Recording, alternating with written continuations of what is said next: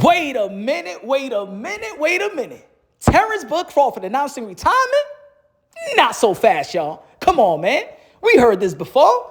Look, I ain't trying to rain on nobody's parade and stuff like that. Announcing their retirement and everybody celebrating his career. No, hey, Terence Crawford, y'all already know. Historic fighter. One of the greatest fighters to ever lace them up. But hold on. Pump those brakes. We heard this before about high-profile fighters. Legendary fighters. Hall of Fame fighters. Before making their official retirement announcement, they have retired before. We heard Mike Tyson do it plenty of times. Roy Jones Jr. do it plenty of times. Oscar De La Hoya, Sugar Ray Leonard, Roberto Duran, right? We could go through the list. Almost all of these high-profile fighters have announced retirement, and then it's not really official.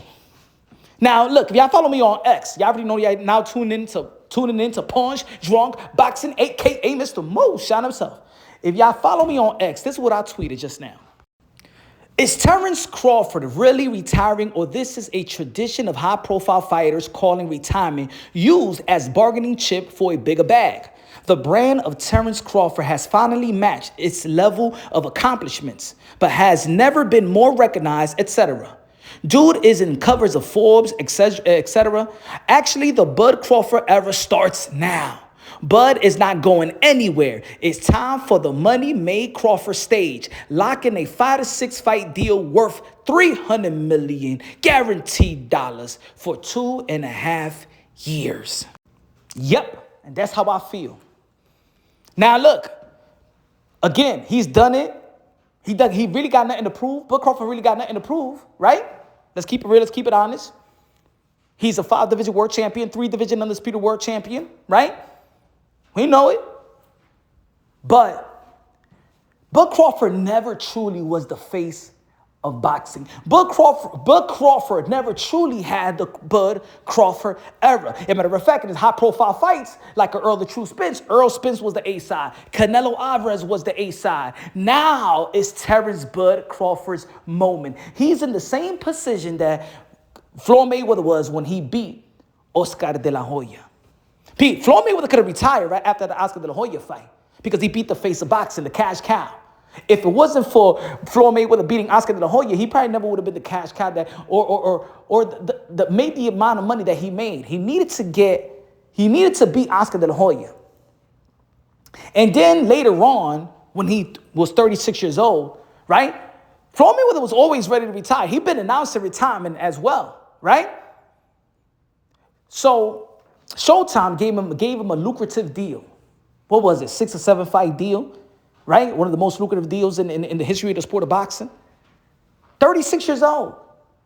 We already know that Floyd Mayweather didn't have a lot of wear and tear, right? So he could keep on going his career. He adjusted to his hands and things of that nature and still ended his career undefeated. Terence Bud Crawford is in position to do just that. He don't have a lot of wear and tear in the ring. Of course, during camps, yes, like every fighter does. But during fights, he didn't have hard fights out there, right? Terence Bud Crawford could now truly take advantage and truly have a Crawford era.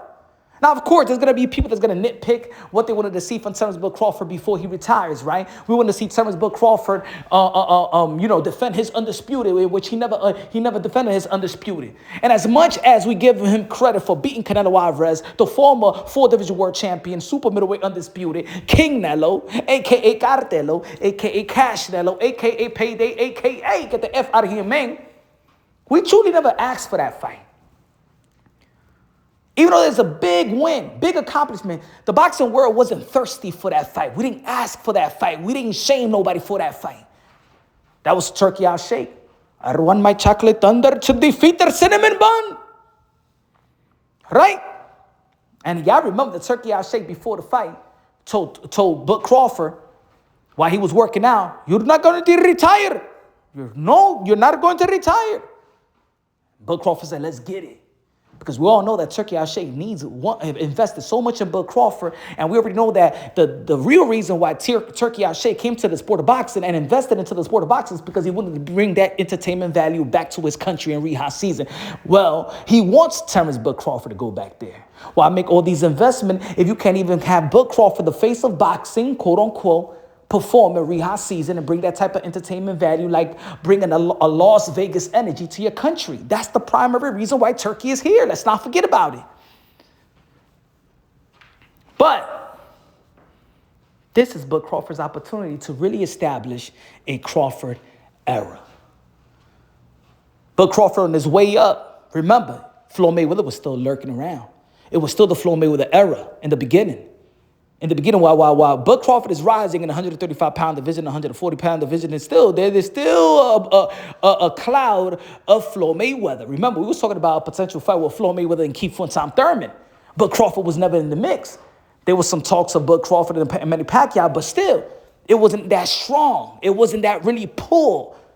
Ain't nobody was shaming nobody.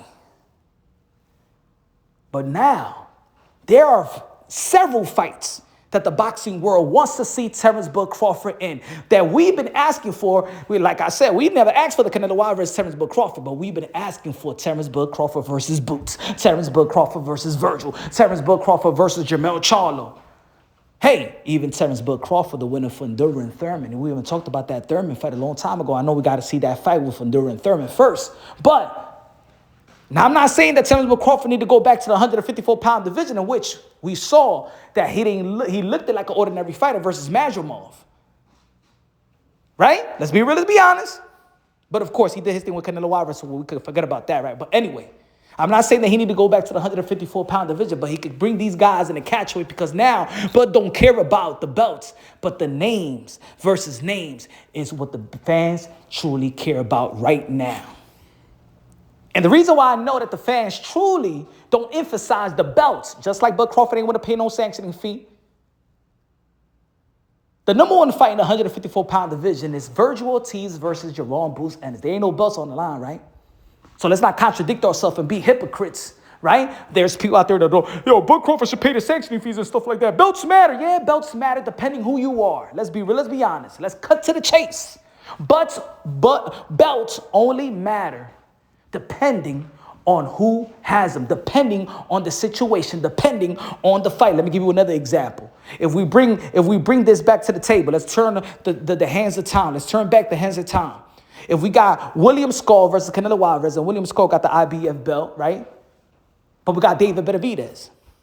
And us collectively as a boxing world could vote and choose who we want to see. Canelo Alvarez fight for the belt versus William Skull, or we want to see David Benavidez versus Canelo Alvarez. Yeah, we want to see David Benavidez versus Canelo. Like the number one fight in the 154-pound division is Virgil Ortiz versus Boots Ennis, right? Remember the ring event in Times Square. It was a build-up to the rematch with Devin Haney versus Ryan Garcia. There weren't going to be no belts on the line. That would have been one of the biggest fights in the sport of boxing. Ladies and gentlemen, belts matter, but depend on who it is and depend who's fighting. It matters when it's Earl Spence versus Bud Crawford. Oh yeah, it matters. It matters. Situations. It's not the all and be all. All I'm saying is Terence Bud Crawford could have a 5 to 6 fight deal. He could go to the 160-pound division and beat Lara and become a 6th division world champion and tie Oscar de la Hoya.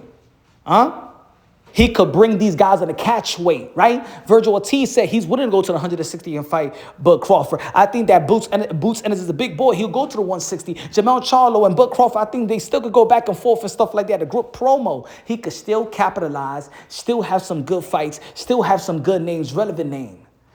I did a video a while ago leading up to the fight with Canelo Alvarez and Bud, and I said, you know what? I don't know. I think that Bud Crawford's going to retire if he beats Canelo Alvarez, because then he's heading to the 168. It's going to be too...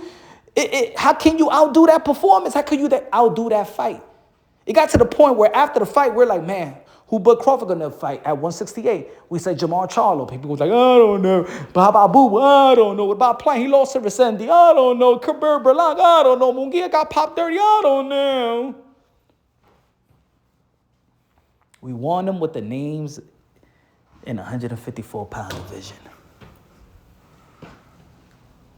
Bud Crawford could have his money-made Bud Crawford era if he wants.